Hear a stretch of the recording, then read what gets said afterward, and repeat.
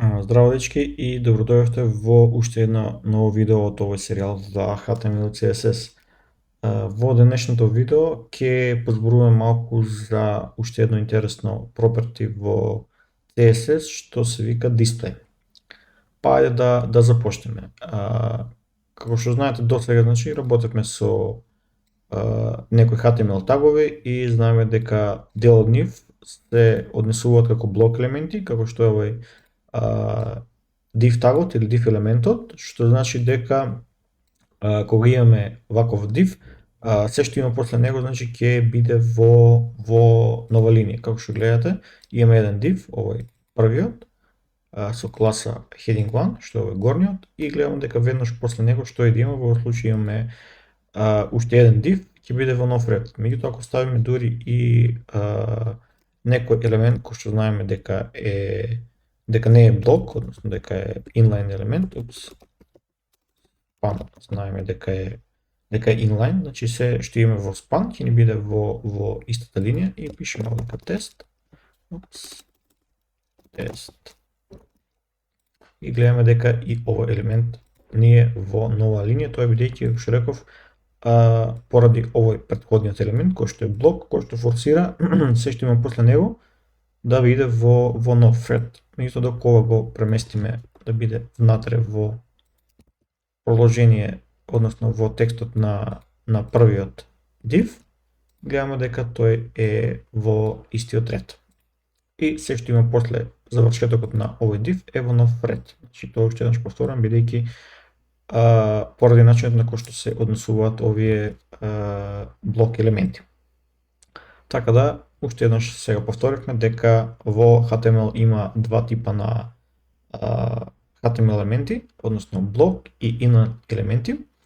Ќе ви го ставам овој линк во видеото, каде што имате листа од блок елементи и листа од inline елементи, кои што може да видите. Овде ќе имаме блок елементи, овде се наведени дел од тие, што гледате тука некаде треба да е div, што имаме unordered list за листите, section ова од семантички тагови ќе зборуваме понатаму, со лист мислам дека имаме heading има работено и тој ни е блок елемент и така натаму, а од inline елементите подолу имаме што е за линкови, кој имаме друг користено за форматирање на текст, мислам имаме видео bold, кој има тука некој друг што го имаме споменато, да видам само со формите за input и така натаму, значи овде има дел од тие елементи. Меѓутоа тоест во ова видео ќе зборуваме и за нешто поинтересно. Споменавме display property. Па да видиме што ни е тоа display property. Ајде, ова ќе го избришеме и ајде ќе работиме со истиот пример од претходно. Значи нека ни останат класите heading1 и heading2 за овие двата дива тука. И по дефолт знаеме дека овие дивови ни се блок елементи. Па да видиме како се однесуваат. Ќе доделиме некои пропертија на двата дива исти. Ево да речеме ќе му ставиме има padding 50 пиксели и другото нека има padding 50 пиксели. Океј, тоа ни е супер. Гледаме дека има padding од сите страни. Да видиме што се случува со margin. Margin 20 пиксели. Гледаме на првиот елемент има маргини од сите страни по 20 пиксели. На вториот елемент исто така. Ајде да видиме што се случува со width right. Да речеме 100 пиксели, нека биде повеќе. 200 пиксели за width и за height нека биде 50 пиксели. Зачуваме. Океј. Тоа ни функционира и на долниот елемент. Океј. И што друго може да стане? Мислам дека тоа што заборавив? Height, width не ставаме на долниот. Океј, двата не се исти. Значи, блок елементите, како што гледаме, може да ги примаат сите property. Сега ќе го споменеме тоа display property. Значи има во CSS нешто што се вика display property и со помош на ова display property може да поменуваме типот на елементот. Од блок може да му речеме да биде сега inline. Ќе го смениме inline. Океј. Inline. го смениме и долниот да биде inline. Океј, и сега двата елементи ми се inline, што гледате ми се во стелина. Значи дивот го променивме од блок елемент да не биде inline елемент. Да видим што се случува со ова padding property. Како што гледате, имаме нешто чудна стvar, да го вратиме во овој биден блок, да ги гледаме чисто разликите.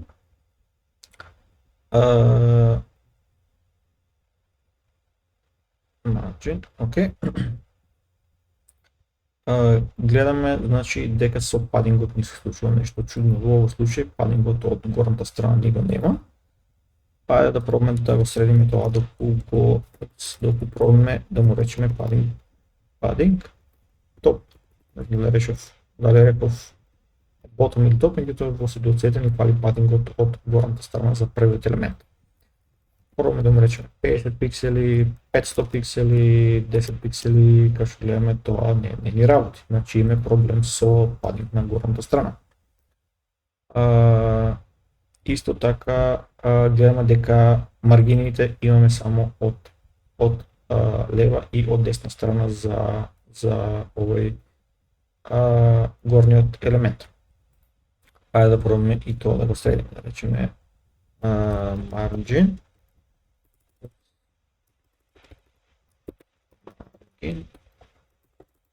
top и да речеме сакам 20 пиксели.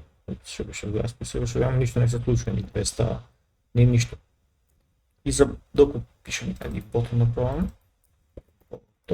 Margin bottom 200 пиксели, како што гледаме немаме ништо. 200 пиксели, 20 пиксели, 10 пиксели, значи не се случува ништо. Не пишувам ништо во коментарот. Што ќе се случи доку пробаме да го смениме ова width? 400 пиксели, 500 пиксели, 800 пиксели, како што гледаме има проблеми тука. И доку го скоментираме, не го скоментираме, што гледаме нема никаков ефект. Да видиме што е со height. Стојаме 500 пиксели, како што гледаме и тука нема никаков ефект. Да ги вратам само. Што е 500, 200. Значи што се однесува до inline елементите, како што може да видите од примерот овдека, значи кај inline елементите не можеме да подесуваме width и height, што е едниот проблем. Но исто така имаме проблем и со падингот на горната и долната страна и со маргините на горната и долната страна. Односно падингот од долната страна ни работи во случај. Значи со на inline елементите можеме да подесуваме вредности само за левата и од десната страна, што се однесува до padding и до margin. За да го средиме ова, има уште едно property што се нарекува inline block. Значи, тоа е нешто што не го менува типот на елементот во некој хибрид од двата елементи. Што ни овозможува овој inline block? Како што може да видиме сега од примерот за padding, имаме го препарат малку, 200 пиксели, како што гледаме падингот ни работи од сите страни. За маргините исто така, докато ги погледнеме, да промениме нешто поголемо, 100 пиксели, како што гледаме просторот од сите страни се зголемува, значи во овој случај ни работат и padding и маргините за од сите страни. Ајде го намалам, ова нека биде 20, ова нека биде 10, да биде помал елементот. Што се однесува до width, ајде 400, што гледате ни расте и ширината на елементот и ајде пробаме тоа со 150, како што гледаме се ни функционира совршено со овој елемент. Но да видиме, тука си поставили прашање, па зошто имаме inline блок и имаме овдека друг блок, што е разликата помеѓу овие два елементи, бидејќи видовме претходно со inline што е разликата. Ајде на брзина овој вториот div да го смениме во inline. Видим? И како што гледате, овој горниот, иако е inline блок, за разлика од блок property му недостасува тоа што го споменавме на почетокот за div елементите. Односно, inline блок елементот се однесува исто како блок елементот, меѓутоа на крајта од елементот нема endline tag, односно не важи оно правило каде што велевме дека се што е после овој елемент ќе биде во нов ред. Значи само тоа недостасува за да биде овој вистински блок елемент. Значи се однесува како inline елемент, меѓутоа ги има сите особини на блок, освен таа особината што е за се после него да биде во нова линија. Така да, дечки, мислам дека разбравме за ова display property. Не ги споменавме сите вредности, значи овдека освен овие три вредности има и некои други вредности за кои што ќе зборуваме во некое наредно видео, меѓутоа сега е битно да ги разберете овие некои работи што ги споменав. Значи, inline блокот има ограничување каде што не можеме да менуваме width и height и padding и bottom на горната и долната страна, бидејќи inline елемент ќе стои во иста линија и не му прави некоја разлика за вредностите за горе и долу, меѓутоа може да менуваме вредности за од левата и од десната страна, значи padding и margin.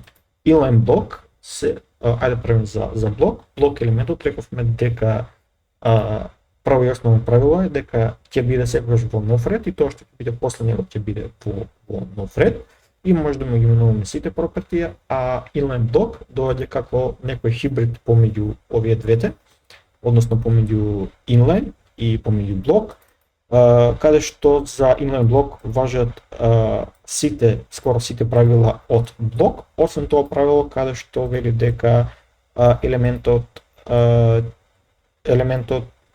секогаш ќе биде во нов ред, односно тоа што е после него. Така да, дечки, мислам дека повторивме 2 пати, 3 пати, мислам дека би требало горе-долу да ви е јасно за овие три вредности на дисплеј, па се гледаме во некој наредно видео. Поздрав!